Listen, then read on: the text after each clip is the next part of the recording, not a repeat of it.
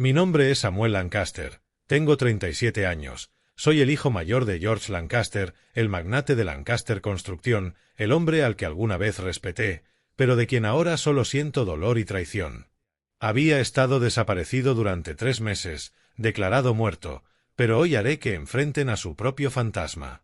Me detuve frente a la puerta del tribunal, con la mano aferrada a un grueso expediente que llevaba el logotipo de la empresa brillando bajo las luces fluorescentes. Mi corazón latía con fuerza, como los ecos de palas cavando la tierra en mis recuerdos. El sudor me corría por la frente, a pesar del aire helado del exterior. Respiré hondo, tratando de calmarme. «Puedes hacerlo, Samuel», murmuré para mí mismo. «Por mamá, por las víctimas y por ti». Durante los últimos 3 meses había vivido como un fantasma, oculto, investigando, reuniendo cada pieza de evidencia para exponerlos. Mi padre y Henry, mi hermano, pensaban que había desaparecido para siempre. Pero hoy regresaría como una pesadilla viviente. La pesada puerta se abrió con un chirrido bajo mi empuje, los goznes rechinando como un susurro del destino. La sala del tribunal estaba repleta. Periodistas, abogados, residentes afectados por los proyectos de la empresa y rostros familiares del mundo de los negocios. El ambiente era denso, tenso, como una cuerda a punto de romperse. El juez golpeaba su mazo, preparándose para dictar el veredicto civil en la demanda colectiva contra Lancaster Construcción. La compañía de mi padre estaba acusada de construir con materiales de baja calidad, provocando hundimientos y daños en cientos de viviendas. Pero yo sabía mejor que nadie que eso era solo la punta del iceberg. Fraude financiero, sobornos e incluso intento de asesinato saldrían a la luz hoy. Avancé, paso a paso, con el corazón en un torbellino. La luz que entraba por los grandes ventanales me cegó después de tantos días en la oscuridad. Nadie me reconoció al principio. Había cambiado, barba descuidada, el cabello más corto y una mirada más fría y aguda que nunca. Entonces un murmullo surgió desde la primera fila. «¿Quién es ese?». El silencio invadió la sala. Sentí cada mirada clavarse en mí como agujas en la piel. Y de repente, los susurros estallaron como olas rompiendo contra las rocas. «Dios mío. Es Samuel Lancaster. Está vivo. El que desapareció hace 3 meses». El murmullo se transformó en alboroto. Los reporteros sacaron sus cámaras, los flashes me cegaban, iluminando mi rostro como el de una estrella involuntaria. Tenía la garganta seca, pero no de miedo, sino de furia. Me creyeron muerto. Y ahora mi regreso era un golpe que nadie esperaba. Dirigí la mirada hacia el banquillo de los acusados, donde estaban mi padre, George Lancaster, y mi hermano, Henry Lancaster. Mi padre, de 62 años, aún vestía un traje caro, el cabello plateado peinado con precisión. Pero ahora estaba atónito, la boca entreabierta, los ojos desorbitados, inmóviles. Me miraba como si estuviera viendo surgir a un demonio del infierno.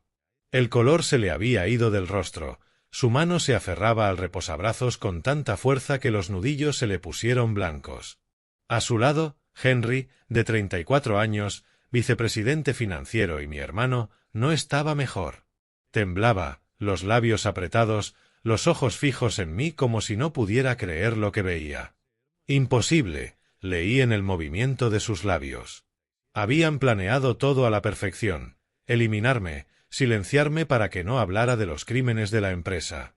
Pero ahora su plan se derrumbaba ante sus ojos. El juez se detuvo a mitad de frase, su mazo suspendido en el aire. Se ajustó las gafas y me miró fijamente. «¿Quién es usted?», preguntó con voz temblorosa. Los abogados de ambas partes dejaron de discutir y giraron hacia mí al unísono. El ambiente se volvió irrespirable, como si todos contuvieran el aliento esperando que estallara una bomba. Avancé, cada paso resonando en el piso de madera. El expediente en mi mano pesaba más que nunca. No solo contenía documentos, sino pruebas de traición, de noches enteras reuniendo información en las sombras. Todos contenían el aliento mientras me acercaba al estrado. El murmullo se desvaneció. Solo quedó un silencio mortal. Coloqué el expediente sobre la mesa del juez. El sonido del papel fue como un desafío. Mis ojos se fijaron en los de mi padre y mi hermano. Sentí una mezcla amarga de dolor y satisfacción. ¿Qué pasa, papá, hermano? ¿Pensaron que quedaría enterrado para siempre? Pensé. Respiré hondo. Mi voz sonó firme, clara, a pesar de la tormenta en mi pecho. Señoría, soy Samuel Lancaster. No estoy muerto, y tengo pruebas de que esta empresa, mi familia, intentó asesinarme para encubrir sus crímenes. Mis palabras cayeron como una bomba, y la sala estalló en gritos. Pero eso era solo el principio. Iba a contar todo, desde el principio, para que nunca más pudieran escapar. El juez golpeó repetidamente su mazo, intentando restaurar el orden. Poco a poco, el bullicio se apagó, pero la tensión siguió vibrando en el aire. Tomé aire y hablé de nuevo.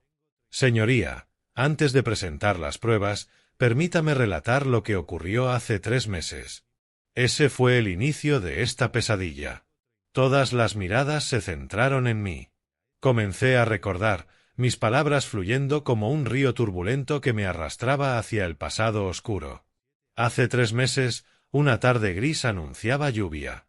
Estaba en mi oficina, en la sede de Lancaster Construction Group, cumpliendo mi labor como director técnico. El trabajo era agobiante. Planos, informes de progreso, montones de correos por responder. Siempre intentaba mantener todo en orden, aunque mi padre y mi hermano solían burlarse de mis principios. La oficina era amplia, con una pared de cristal que daba vista a la ciudad bulliciosa. Pero yo me sentía agotado. La discusión con mi padre esa mañana seguía resonando en mi cabeza. Hablábamos del gran proyecto con presupuestos inflados y materiales defectuosos que ponían en riesgo la vida de cientos de personas. «Estás traicionando a la familia, Sam», gruñó mi padre. Henry sonrió con suficiencia y me dijo que me tomara un descanso para calmar las cosas. El teléfono sonó con insistencia, interrumpiendo mis pensamientos. Miré la pantalla. Era Henry. Contesté con voz serena. «¿Qué pasa, Henry?» Su voz sonaba apresurada, nerviosa, muy distinta de su tono confiado habitual. «Sam, hay una emergencia en la obra del norte de la ciudad. Parte de la estructura se hundió. Los trabajadores están asustados. Ven enseguida. Necesitamos que revises los problemas técnicos». Mi corazón se aceleró. Esa era una de nuestras obras más importantes, un proyecto de paso elevado, muy lucrativo. No sospeché nada. Henry rara vez me llamaba con tanta urgencia. «De acuerdo, voy para allá. Mantén la calma, hermano». Colgué, reuní los planos de construcción, hojas con cálculos y notas, y salí de la oficina con prisa. Saludé a la secretaria y subí a mi vieja camioneta. No era lujosa como las de mi padre o Henry, pero sí práctica para el trabajo de campo. Las calles estaban llenas, los claxones sonaban, pero yo solo pensaba en el problema. ¿Hundimiento? ¿Sería por los materiales? Recordé las veces que me opuse a los recortes de costos. La lluvia comenzó a caer, empañando el parabrisas. Encendí los limpiadores y aceleré hacia el norte. Intenté llamar de nuevo a Henry, pero no contestó. Seguro está ocupado, pensé, aunque un mal presentimiento comenzaba a crecer. Cuando llegué, la noche ya había caído. El sitio estaba en las afueras, junto a un bosque denso, un lugar solitario donde rara vez pasaba alguien. Las luces de mi camioneta iluminaron el área, pero no había trabajadores. Normalmente a esa hora las máquinas rugían y los reflectores brillaban, pero esa noche solo había oscuridad y el golpeteo de la lluvia en el techo del vehículo. El corazón me latía con fuerza. ¿Dónde está Henry? ¿Dónde está el personal? Apagué el motor, tomé los planos y una linterna pequeña. El aire frío se colaba por la chaqueta. Un olor a tierra mojada y aceite de motor flotaba en el ambiente. «Henry, ¿dónde estás?», grité. Solo respondió el viento entre los árboles. Me adentré más, alumbrando con la linterna los materiales esparcidos: concreto, varillas, camiones viejos. Tal vez evacuaron por el hundimiento, pensé, intentando calmarme. Pero la ansiedad me oprimía el pecho. Llamé otra vez, más fuerte. Henry, estoy aquí. Silencio. De pronto, escuché pasos detrás de mí, sobre el suelo mojado. Me giré, pero ya era tarde. Un golpe brutal en la cabeza me hizo caer. El dolor me atravesó como un rayo. Todo se volvió borroso. Caí al suelo cubierto de lodo, los planos salieron volando de mis manos. ¿Qué? Alcancé a susurrar antes de que todo se hundiera en la oscuridad. Lo último que sentí fue el olor penetrante de aceite y el sonido de ruedas alejándose. El olor del camión y de la traición. Pasó aproximadamente una semana hasta que mi salud se estabilizó. Las heridas sanaron poco a poco y mi cuerpo dejó de sentirse débil. Decidí que debía marcharme. No podía quedarme allí para siempre, aunque mi gratitud hacia Milo era infinita. Una mañana fría lo abracé con fuerza para despedirme. Gracias, Milo. Me salvaste la vida más de una vez. Metí en su mano el poco dinero que quedaba en mi billetera. Aunque él se negó, insistí. Úsalo para reparar la casa o comprar herramientas de caza.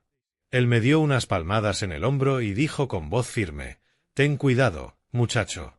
No dejes que el odio te consuma. Vive para encontrar la verdad».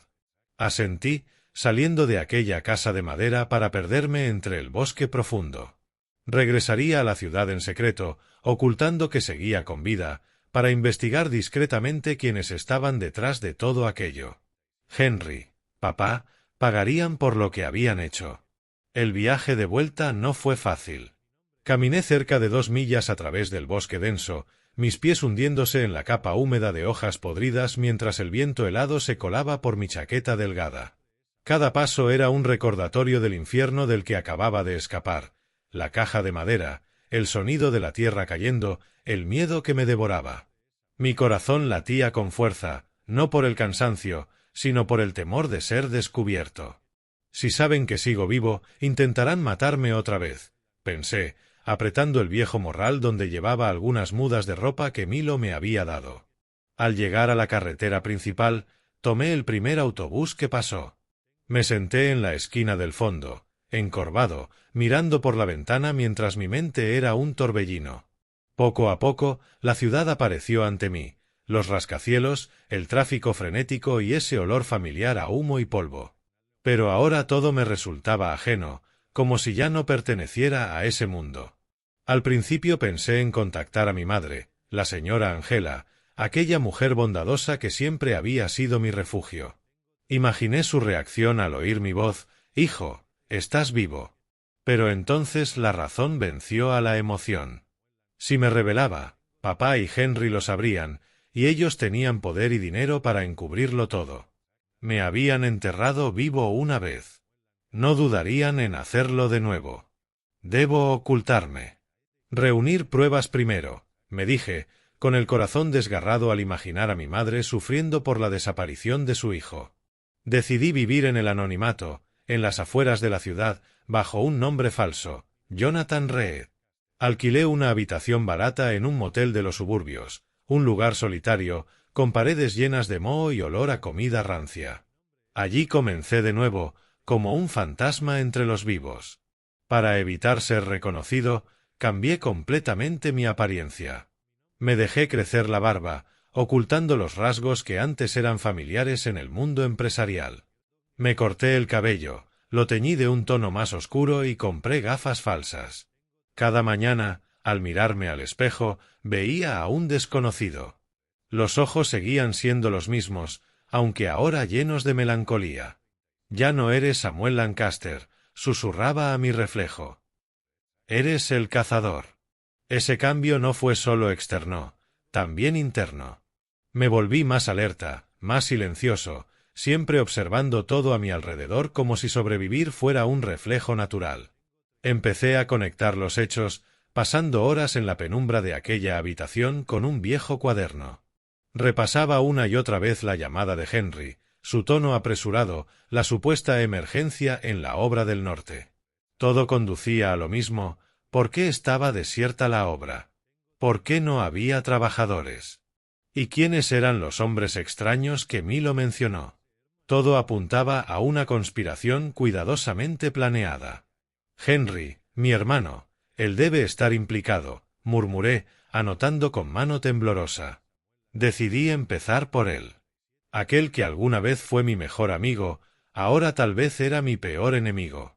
Durante varios días lo seguí en secreto, como una sombra. Salía temprano del motel, con un abrigo viejo y una gorra que cubría mi rostro.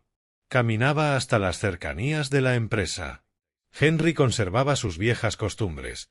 Conducía su lujoso automóvil hasta la oficina, almorzaba en el mismo restaurante y regresaba tarde a casa.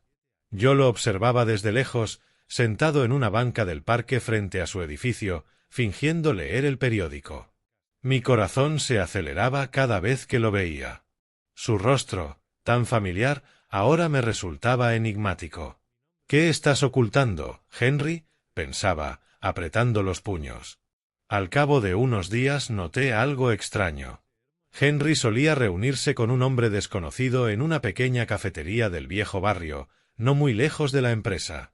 El lugar se llamaba Corner Brew, un sitio con pocas mesas, sillas de madera desgastadas y el aroma tenue del café recién molido. Se veían allí a eso de las 4 de la tarde, 2 o 3 veces por semana. Tomé nota de cada detalle.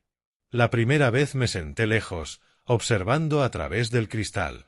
El hombre tendría unos 40 años, rostro con cicatrices, chaqueta de cuero envejecida, aspecto rudo, tal vez un criminal.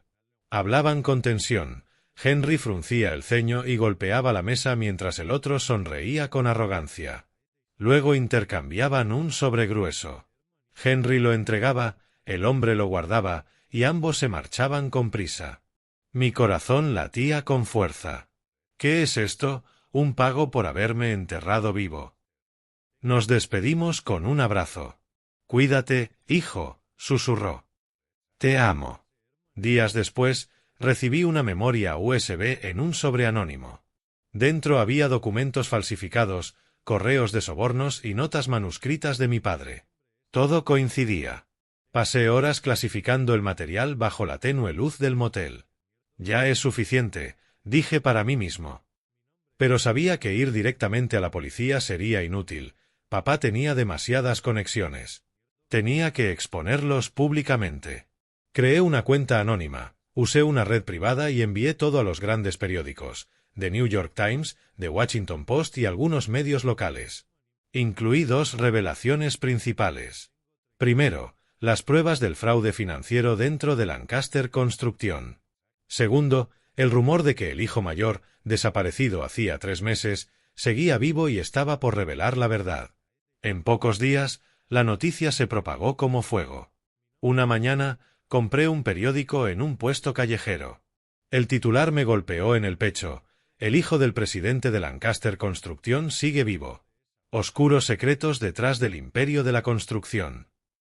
El artículo citaba los documentos, los fraudes millonarios, los materiales defectuosos y la sospecha sobre mi regreso. La prensa explotó. Los medios llamaban sin parar a la empresa. Los residentes afectados comenzaron a hablar. En televisión se escuchaban titulares: el heredero desaparecido regresa para acusar. Lancaster Construction en crisis. Mi corazón latía con mezcla de ansiedad y satisfacción. Ahora están asustados, pensé, apretando el periódico. Y efectivamente, George y Henry entraron en pánico. Los observé desde la distancia. Henry estaba irreconocible, ojeras, mirada perdida, conduciendo con torpeza. Mi padre intentó aparentar calma, incluso dio una conferencia de prensa. Son rumores infundados, dijo con voz firme. Nuestra empresa es transparente.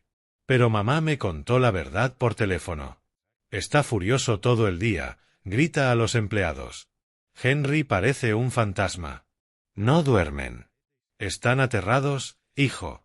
Y entonces ocurrió lo inevitable. Papá ordenó a Henry volver al bosque.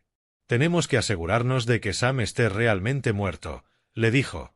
Mamá me avisó en secreto. Preparé una cámara pequeña, Vestí de negro y regresé a aquel lugar maldito. La noche era oscura, el viento aullaba entre los árboles. Me escondí tras los arbustos, a unos 50 metros del sitio. Una hora después, llegaron papá, Henry y 3 hombres corpulentos en una camioneta negra. «Caben, rápido», gritó mi padre con voz temblorosa. El sonido de las palas retumbó en el aire. Cuando abrieron la caja, ya podrida por la lluvia, se quedaron helados. Estaba vacía. Henry palideció, temblando como una hoja. «No, no puede ser». «Lo enterramos», balbuceó. Después de registrar todas las pruebas, pasé un tiempo recopilando el expediente completo y toda la evidencia. Pero sabía que no podía hacerlo solo. Necesitaba apoyo experto. Por mi cuenta, no podía enfrentarme a una corporación gigante como Lancaster Construction. Ellos contaban con abogados privados, amplias conexiones y dinero suficiente para darle la vuelta a cualquier situación. Así que busqué a un viejo amigo, David Cole, un reconocido abogado penalista en Jackson. Nos conocíamos desde la universidad, cuando ambos estudiábamos Derecho Básico, antes de que yo cambiara a Ingeniería. David ahora era un abogado destacado, especializado en grandes casos de fraude corporativo y delitos penales. Lo llamé desde un teléfono desechable, susurrando: «David, soy Sam. Samuel Lancaster. Estoy vivo». Silencio al otro lado. Luego su voz estalló llena de asombro. «¿Sam? Dios mío, tú, todos pensaban que estabas muerto». «Reunámonos», dijo. «Cuéntame todo». Acordamos vernos en un pequeño bar a las afueras de Jackson, un lugar con pocos visitantes bajo un cielo gris de tarde. Cuando me encontré con David, me abrazó con fuerza, los ojos enrojecidos. «Te ves tan diferente, Sam. La barba, el cabello y tus ojos parecen los de alguien que ha pasado por el infierno». Sonreí con tristeza. «He pasado por el infierno». Nos sentamos en un rincón apartado. Le conté todo, desde el golpe en la obra, la caja de madera, como el señor Milo me salvó la vida, hasta las pruebas que había reunido. David escuchaba con el rostro serio, tomando notas frenéticamente. Cuando le entregué el grueso expediente, lo hojeó con los ojos encendidos. «Esto es oro, Sam. Fraude financiero, conspiración para asesinar. Suficiente para meterlos en prisión». Pero se detuvo y me miró con seriedad. «Necesitas más tiempo para prepararte. Tu oponente es una corporación inmensa, con una influencia profunda. Tu padre tiene amigos en los tribunales, funcionarios comprados y dinero para fabricar pruebas falsas. Si actúas con prisa, podrían darle la vuelta al caso, anular la evidencia, inculparte o incluso amenazar a los testigos». Mi corazón se hundió, pero sabía que tenía razón. Mientras reflexionaba sobre el siguiente paso, sentado en el motel y pensando cada noche, una nueva noticia estalló como una bomba. Encendí el viejo televisor y vi el reporte. Lancaster Construction enfrenta una demanda colectiva por parte de los residentes de la zona del proyecto, debido a construcciones defectuosas que provocaron hundimientos y filtraciones de agua, causando graves daños a numerosos hogares. Mi corazón latía con fuerza. Era el mismo proyecto al que me había opuesto, donde el uso de materiales de baja calidad había provocado consecuencias desastrosas. Cientos de familias en la nueva zona residencial, personas comunes, niños jugando sobre un suelo agrietado, se habían unido para demandar. La prensa lo cubría ampliamente. Los residentes acusaban a Lancaster Construction de fraude y de recortar gastos en materiales para obtener más ganancias. Me quedé sentado, apretando el control remoto, con las emociones desbordadas. «Esta es la oportunidad», pensé, con las manos temblando de emoción. Esas familias, esos niños jugando sobre tierra quebrada, estaban sufriendo por la avaricia de mi padre.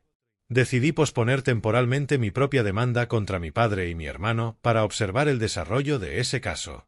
Si mi padre y mi hermano ganaban, la justicia moriría. «Tengo que intervenir», susurré, mirando hacia la ventana oscura. Después de unas semanas de litigio, la victoria parecía inclinarse hacia Lancaster Construction.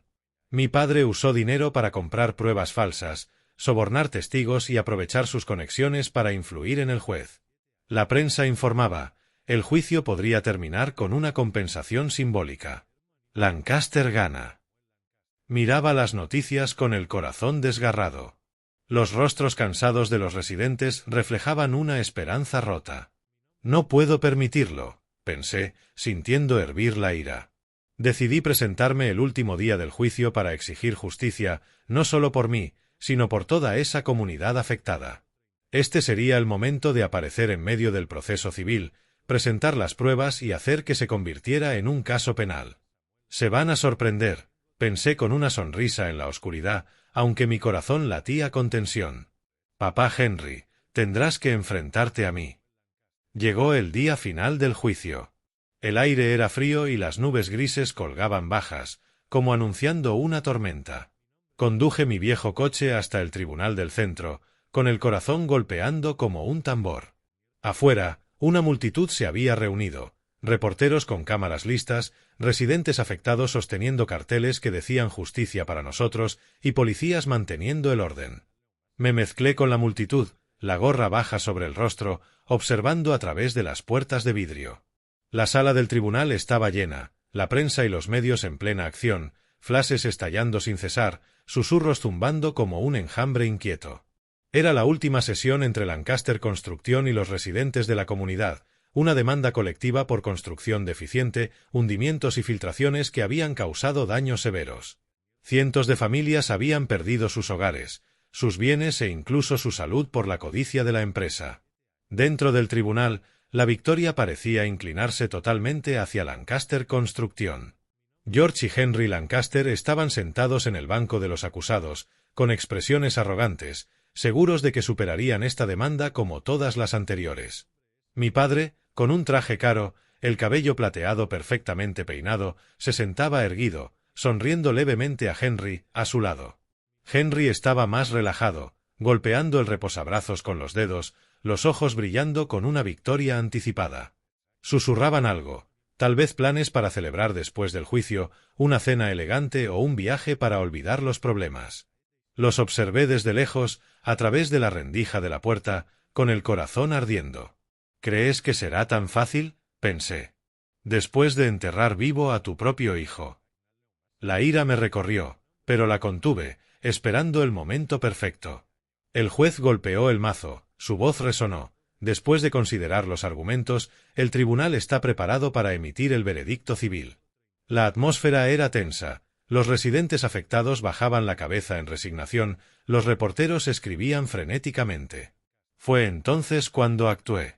Con el expediente firmemente en la mano, empujé la puerta del tribunal.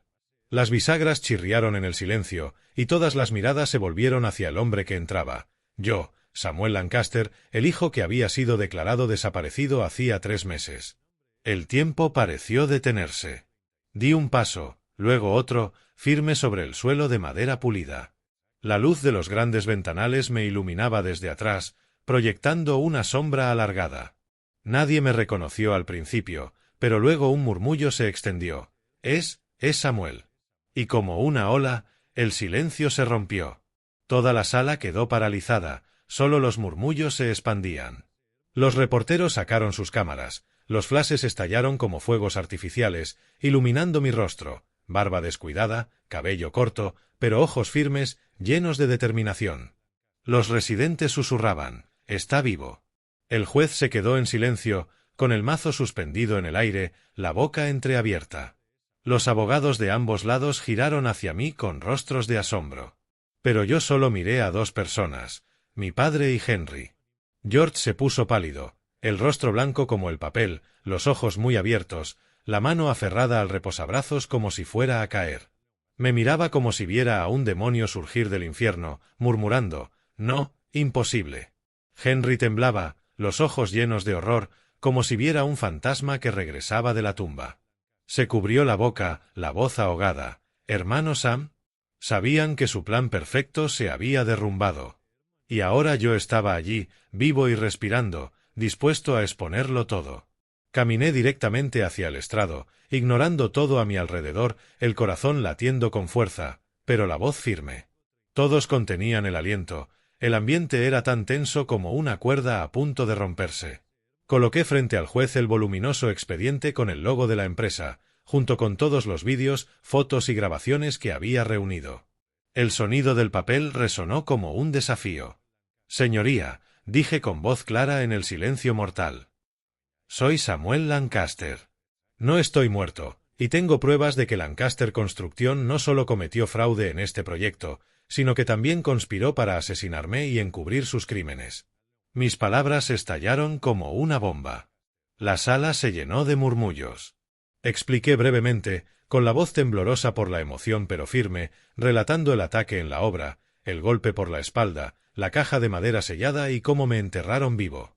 Hablé del fraude prolongado dentro de la empresa, los materiales de baja calidad, los presupuestos inflados, los sobornos a funcionarios. Reproduje el vídeo de la excavación en la pantalla auxiliar. Todos miraban horrorizados al ver a mi padre y a Henry entrar en pánico frente a la caja vacía. Ellos son mi padre y mi hermano, dije con el corazón desgarrado. Intentaron eliminarme porque me atreví a decir la verdad.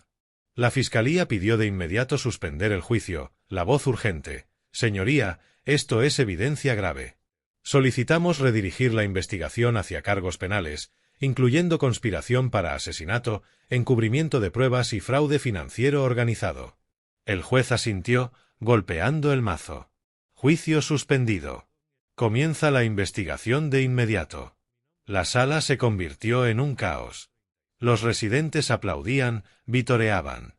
Justicia al fin. Los reporteros salían corriendo, los teléfonos sonaban. La prensa explotó con la noticia inmediata. El hijo regresa en medio del juicio. La familia Lancaster enfrenta cargos de asesinato. Los titulares se extendieron por redes, televisión y periódicos. Mi imagen entrando al tribunal se volvió icónica. La gente hablaba del hombre que regresó de entre los muertos. George se desplomó en su asiento, los hombros temblando, el rostro envejecido de golpe, como si la vida se le escapara. Intentó mirarme, los labios moviéndose como para decir algo, quizá Sam o por qué, pero no salió ninguna palabra, solo respiraciones agitadas. Henry temblaba incontrolablemente, con la mano cubriéndose la cara, lágrimas cayendo, tan alterado que su abogado tuvo que sostenerlo. Intentó ponerse de pie para acercarse a mí, pero las piernas le fallaron. Solo pudo quedarse allí, mirándome con horror y arrepentimiento tardío. Los que antes fueron poderosos ahora parecían dos fantasmas enfrentando las consecuencias de su codicia. Los miré por un momento, el corazón hecho trizas. Después de todo, eran mi familia. Pero me di la vuelta sin decir una palabra. Salí del tribunal. La luz del sol entraba por los grandes ventanales, cálida y brillante, después de tantos días de oscuridad. Por primera vez, después de 3 meses de infierno, sentí el verdadero aliento de la libertad y la justicia. Afuera, el aire fresco, el canto de los pájaros y una sensación de ligereza, como si me hubiera quitado un peso inmenso. Los reporteros me rodearon, los flashes estallaban, pero solo sonreí débilmente. La justicia llegará para todos, dije. Mamá me esperaba en el pasillo. Corrió hacia mí, me abrazó llorando. Hijo mío, estoy tan orgullosa de ti. La abracé, con lágrimas corriendo, pero eran lágrimas de felicidad. La historia aún no había terminado. Faltaban las consecuencias y las sentencias. Pero en ese momento supe que había ganado. En los días posteriores a aquella sesión del juicio, todo se desarrolló como un torbellino imparable. Los investigadores federales lanzaron una investigación exhaustiva, rápida y contundente. A partir del expediente que había entregado, aquel grueso conjunto de documentos con el logo de la empresa, se destapó una cadena de delitos y corrupción. El FBI allanó la sede de la compañía, selló la oficina de mi padre e interrogó a los empleados. Los correos de sobornos, los informes falsificados y los cuadernos manuscritos fueron analizados meticulosamente. La prensa lo cubrió de forma intensa. El FBI allana Lancaster Construcción. Se exponen millones en fraude. Los residentes afectados aplaudieron emocionados, pero yo permanecí en silencio, con el corazón lleno de una mezcla de anticipación y preocupación. ¿Podrían escapar? La investigación duró varios meses, y cada día fue un golpe más. Fui citado como testigo secreto, sentado en una sala segura con agentes del FBI, relatando cada detalle, el golpe en la obra, la oscuridad dentro de la caja de madera, el sonido sordo de la tierra cayendo. Cada palabra cortaba mi corazón como un cuchillo, pero me mantuve firme. Eran mi padre y mi hermano, pero los crímenes deben pagarse. El resultado final llegó después de un largo juicio penal en el que todas las pruebas fueron presentadas ante el jurado. Me senté en el estrado, mirando a papá y a Henry, ahora con uniformes de prisión, rostros demacrados, esposados, y el corazón se me oprimió. Mi padre, George Lancaster, de 62 años, fue condenado a cadena perpetua sin posibilidad de libertad condicional por haber planeado la conspiración de asesinato, fraude financiero a gran escala y soborno a funcionarios. El juez leyó la sentencia con voz severa. Abusó de su poder para ocultar crímenes, incluso sacrificando a su propia sangre. Papá bajó la cabeza sin decir una palabra. Solo las lágrimas rodaban por sus mejillas arrugadas. Henry Lancaster, de 34 años, fue condenado a 35 años en una prisión federal por haber participado directamente en la conspiración de asesinato, ocultar pruebas y obstruir la justicia. Sollozó sin control al escuchar el veredicto. «Lo siento, Sam», dijo entre lágrimas, pero ya era demasiado tarde. La sala estalló en aplausos. Los residentes vitoreaban, pero yo permanecí inmóvil, el corazón vacío. La justicia había llegado, pero ¿a qué precio?, pensé, con lágrimas cayendo por mis mejillas. La prensa informó ampliamente: colapsa la dinastía Lancaster. Cadena perpetua para el magnate. El grupo constructor Lancaster vio todos sus bienes confiscados, fue declarado en bancarrota, los proyectos se detuvieron y cientos de trabajadores perdieron sus empleos. Vi las noticias. La sede sellada, la maquinaria inmóvil, los obreros de pie frente a la reja con rostros desolados. «No sabíamos nada», dijo uno a los periodistas, con voz triste. Me dolió el alma. Eran víctimas inocentes de la codicia de mi padre. Las obras, los puentes, las carreteras y los complejos urbanos fueron reinspeccionados y muchos demolidos por ser inseguros. La prensa lo llamó la caída de un imperio familiar, un ejemplo claro de las consecuencias de la ambición ciega y el poder desmedido. Largas crónicas titulaban: «Del magnate constructor al prisionero de por vida». George Lancaster lo pierde todo tratando de encubrir sus crímenes. Leía todo con el corazón pesado, recordando los primeros días de la empresa, a papá trabajando sin descanso, nuestro orgullo familiar. Ahora todo estaba destruido, solo quedaban cenizas. Unos meses después, cuando todo se calmó, presenté una solicitud para visitar la prisión.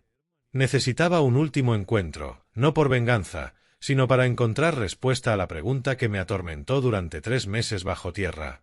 ¿Por qué? ¿Por qué me hicieron esto? Mi corazón latía con fuerza mientras conducía hacia la prisión federal. El viento frío de Wyoming se colaba por la ventana, trayendo consigo el aroma de los pinos.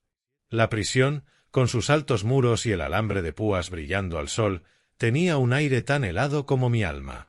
Fui conducido a la sala de visitas, una mesa vieja de madera, un vidrio separador y el penetrante olor a desinfectante. Papá y Henry entraron con uniformes grises de prisionero. George se veía envejecido, el cabello plateado y desordenado, los ojos cansados, la espalda más encorvada. Henry, demacrado, con el rostro ojeroso, evitaba mirarme. Se sentaron, separados por el cristal. El silencio se prolongó. Los observé largo rato. Ya no sentía ira, solo una tristeza profunda. «Papá, Henry», susurré, con la voz quebrada. George inclinó ligeramente la cabeza y dijo con voz débil: «Sam, hijo, me equivoqué. Lo perdí todo por miedo a perder el poder, incluso el vínculo con mi propio hijo. Creí que el dinero podía protegerme, pero me equivoqué». Lloró, las lágrimas resbalando por sus arrugas. Henry, con los ojos rojos, añadió con voz temblorosa: «Sam, yo solo seguí las órdenes de papá. Tenía miedo, fui egoísta. Creí que nunca irías contra la familia. Lo siento». Sus palabras me atravesaron el alma, pero no respondí mucho.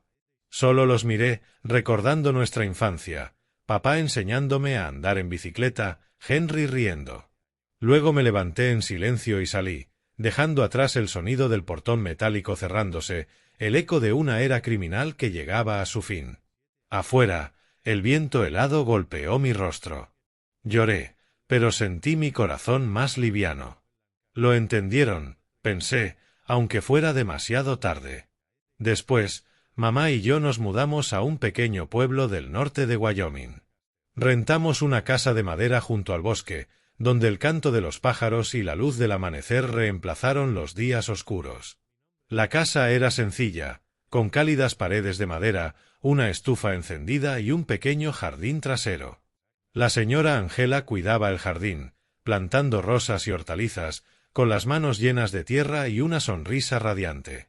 «Nunca he sido tan feliz, hijo», me dijo una tarde. Por mi parte, yo, Samuel, escribí toda la historia. No por venganza, sino para recordarle al mundo el valor de la conciencia y la verdad. Me sentaba frente a la mesa de madera, escribiendo durante horas, desde la obra en construcción hasta el juicio final. El libro fue publicado más tarde y se convirtió en un éxito de ventas, pero para mí fue un proceso de sanación. Con frecuencia enviaba cartas de agradecimiento al viejo Milo, el hombre que me salvó en el bosque, junto con algo de dinero para reparar su casa y comprar nuevas herramientas de caza. Él respondía: «Que vivas bien es la mayor recompensa». Aunque los recuerdos volvían a veces en forma de pesadillas, la oscuridad de la caja, la tierra cayendo, aprendí a perdonar y soltar. Comprendí que la justicia no es sólo una sentencia, sino la verdad revelada y la conciencia despierta.